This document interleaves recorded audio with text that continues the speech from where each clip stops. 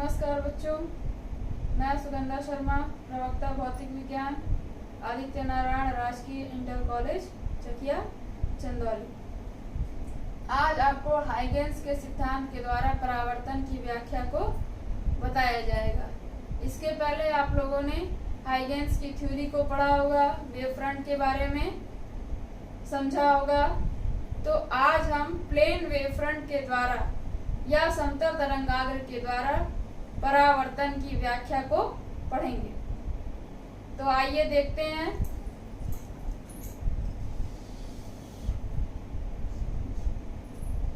ये आपका XY एक परावर्तक पृष्ठ है। अब यहाँ से समांतर किरणें आ रही हैं।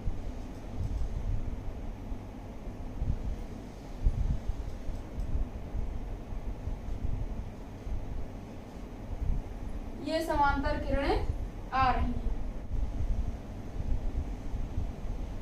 तो अब समांतर किरणें हैं तो प्लेन वेव फ्रंट का निर्माण करेंगी। ये आपका मान लीजिए कि ये आपका प्लेन वेव फ्रंट है। इसको हम लिख सकते हैं AM B। ये आपका एंगल I हो जाएगा, ये आपका एंगल I हो जाएगा। अब क्योंकि हम जानते हैं कि जो भी आपका वेव फ्रंट है वो as a secondary source of light कार्य करेगा। यहाँ से द्वितीयक तरंगिकाएं निकलेंगी जो कि रिफ्लेक्टेड वेव फ्रंट को बनाएंगी। तो अब हम यहाँ से ये देखते हैं कि इस किरण को B से C तक पहुंचने में, ये आपका प्लेन वेव फ्रंट है, B से C तक पहुंचने में T टाइम लगा, यानी कि BC equal to BT distance. अगर लाइट की किसी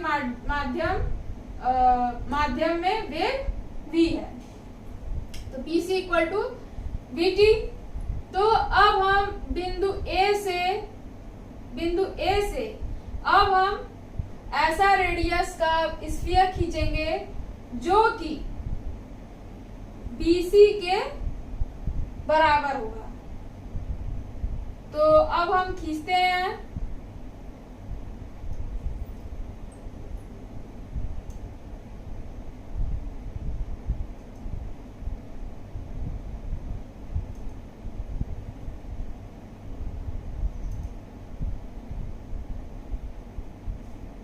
AC BC equal to BC के रेडियस के बराबर हम स्फीयर खींचेंगे। तो इसको हम मान लेते हैं कि यह जो है वो D है। तो अब यह जो आपका AD था, ये AD व BC के बराबर है। AD क्या है? BC के बराबर है।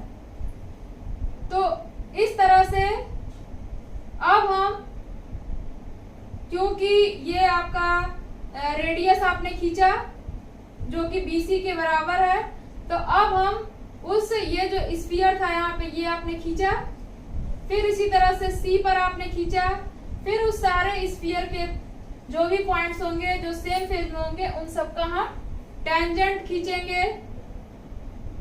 तो ये आपका टेंजेंट है। ये आपका रिफ्लेक्टेड वेव फ्रंट को बताता है। परावर्तक तरंगाग्र। तब इसके जितने भी पॉइंट्स होंगे वो सेकेंडरी सोर्स का कार्य करेंगे।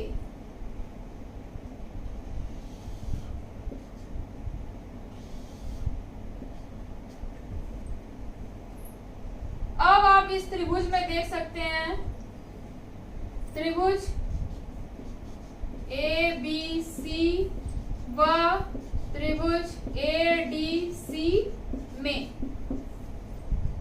आप एक चीज कॉमन देखेंगे कि AC इज कॉमन है, AC आपका कॉमन है। और ये क्योंकि आप देख रहे थे परावर्तक तरंगाग्र है, तो ये मान लेते हैं कि ये R एंगल बनाता है। और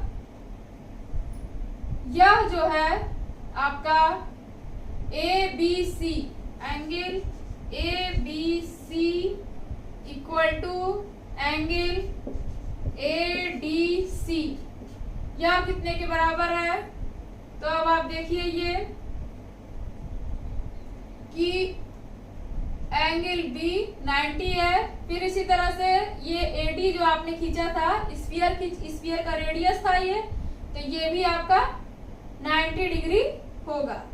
तो ये आपका 90 डिग्री हो गया।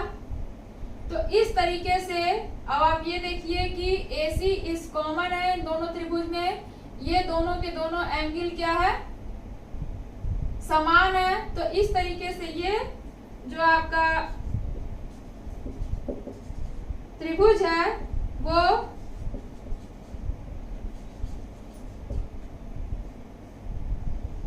कॉन्ग्रुएंट है।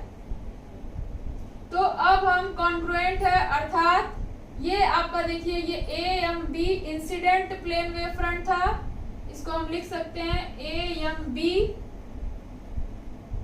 इंसिडेंट वेव फ्रंट, यानी कि आपतित तरंगाग्र। तो हम इसको एंगल I पर मान सकते हैं। तो जब ये कॉन्ग्रुएंट है अर्थात जो भी आपके एंगल होंगे इस त्रिभुज के एंगल सब आपस में सब बराबर होंगे, क्योंकि ये कॉन्ग्रुएंट है। तो angle BAC equal to angle BCA, angle ABAC equal to angle DCA equal to I है, आप देख सकते हैं इसको, इक्वल टू R, अर्थात angle I equal to angle R के। तो इस तरीके से आपने देखा कि हाइगेंस के द्वितीय तरंगिकाओं के सिद्धांत से परावर्तन की व्याख्या कैसे की गई। ये आपका AMB प्लेन वेव फ्रंट बना रहा था जो कि आपतित तरंगाग्र है। फिर हमने क्योंकि हमने ये देख पाया कि B से C तक जाने में उसको T समय लगा, अर्थात BT डिस्टेंस का हमको रेडियस खींचना पड़ेगा दूसरा वेव फ्रंट का पोजीशन और शेप जानने के लिए। तो हमने जो है अब इसी पॉइंट से फिर इसी पॉइंट के दूसरे भाग से यानी कि A पॉइंट से हमने फिर AD रेडियस या फिर हम उसको BC रेडियस के बराबर का हमने BC रेडियस के बराबर AD डिस्टेंस का हमने एक स्फीयर खींचा। तो स्फीयर जब हमने खींचा तो हमने ये पाया जब हम सारे उसके सारे पॉइंट्स को जब दो स्फीयर खींचे गए उनके सारे टेंजेंट को मिलाया गया जो कि सेम फेज में थे। सारे पॉइंट्स के टेंजेंट को मिलाया गया जो कि सेम फेज में थे। तो इस तरह से हमें परावर्तक तरंगाग्र प्राप्त हुआ CDCND। हमें क्या प्राप्त हुआ? परावर्तक तरंगाग्र। हमने इसको I और R एंगल के रिस्पेक्ट में मान लिया कि ये एंगल I पर है और एंगल R पर है। अब इसी तरह से त्रिभुज ABC व ADC से हमने कॉन्ग्रुएंसी को प्रूफ किया। फिर उसके बाद से हमने ये बताया कि angle I equal to angle R के। तो इस तरीके से आपने देखा कि हाइगेंस के सिद्धांत के आधार पर अपरावर्तन की व्याख्या कैसे की गई। अब हम इसके नेक्स्ट टॉपिक में पढ़ेंगे हाइगेंस के सिद्धांत के आधार पर अपवर्तन की व्याख्या।